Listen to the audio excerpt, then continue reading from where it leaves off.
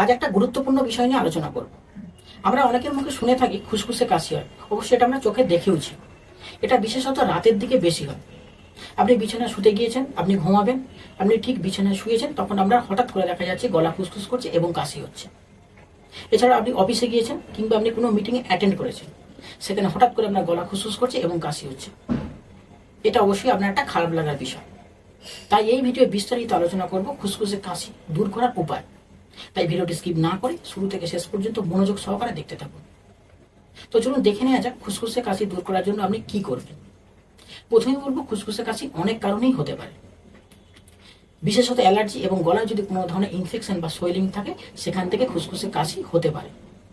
তো যে কারণে কাশি হোক না কেন, এই ভিডিওর মধ্যে যে সমস্ত উপায়গুলির কথা বলবো, সেই সমস্ত উপায়গুলি যদি আপনি মনোযোগ সহকারে যদি শোনেন এবং যদি এই উপায়গুলি যদি অ্যাপ্লাই করতে পারেন, তাহলে আপনার কাশি থেকে আপনি সমস্যা থেকে মুক্তি পাবেন। এই সমস্ত উপায়গুলি কয়েকটা স্টেপে বলবো। যদি আপনার এরকম অনবরত কাশি হতে থাকে, তাহলে আপনি গার্গিল করুন। আপনি একটি পরিষ্কার পাত্র নিন, তাতে পর্যাপ্ত পরিমাণে জল নিন এবং অল্প পরিমাণে লবণ নিন, সেটা আপনি ফোটান। সেই ফোটানো জলটি আপনি সারাদিনে 3 থেকে 4 বার আপনি গার্গিল করুন। তবে হ্যাঁ, গার্গিল করার কিছু পদ্ধতি বা কিছু সঠিক উপায় রয়েছে। সঠিক উপায়ে আপনাকে গার্গিল করতে হবে।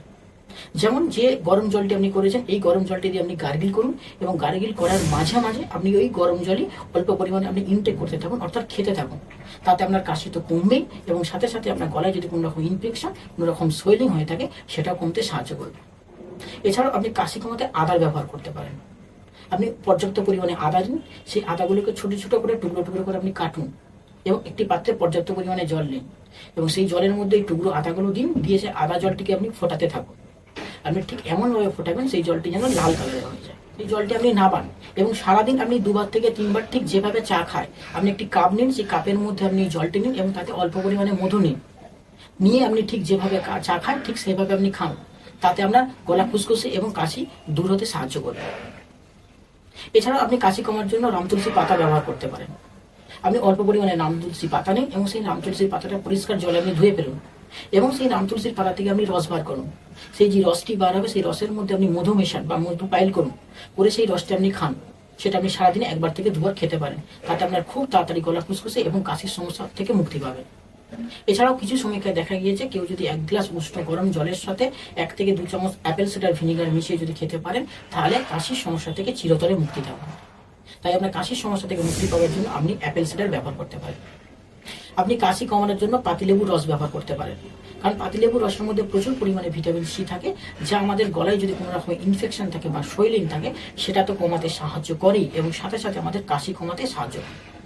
কিছু সময়কে দেখা গেছে হলুদ আমাদের বুকে জমে থাকা কফ চিরতরে দূর করে। তাই প্রতিদিন আপনি 1 গ্লাস উষ্ণ গরম জলের সঙ্গে অল্প পরিমাণে হলুদ মিশিয়ে সেই যদি 2-3 আপনি খেতে পারেন, তাহলে আপনার বুকে জমে থাকা কফ চিরতরে মুক্তি পাবে। এবং এই সমস্ত জিনিস করার সাথে সাথে আপনাকে প্রতিদিন সবার সময় আপনার যেদিকে মাথা থাকবে সেদিকটা আপনি একটু উঁচু করে দিয়ে রাখবেন। অর্থাৎ আমি আপনাকে বালিশ দিয়ে উঁচু করার কথা বলছি না, আপনি যে বেডটা শুচ্ছেন সেই বেডে যেদিকে আপনার মাথা থাকবে সেই মাথা থেকে একটু পরিমাণে উঁচু করে দেবেন। তাতে আপনার শ্বাস প্রশ্বাস নিতে সাহায্য করবে এবং গলা খুসখুসে এবং কাশির মতন সমস্যা কম হতে সাহায্য করবে। এই সমস্ত জিনিস করার পরেও যদি আপনার মনে হয় আপনার গলা খুসখুস করছে, কাশি হচ্ছে, আপনার কাশি বা গলা খুসখুসে কমছে না, তাহলে আপনাকে অবশ্যই ভাবতে হবে কোথাও না কোথাও আপনার কোনো রকমের সমস্যা হচ্ছে বা রোগের জন্য আপনার কাশি হচ্ছে। তৎক্ষণাৎ আপনার ডাক্তারবাবুর পরামর্শ নিতে হবে।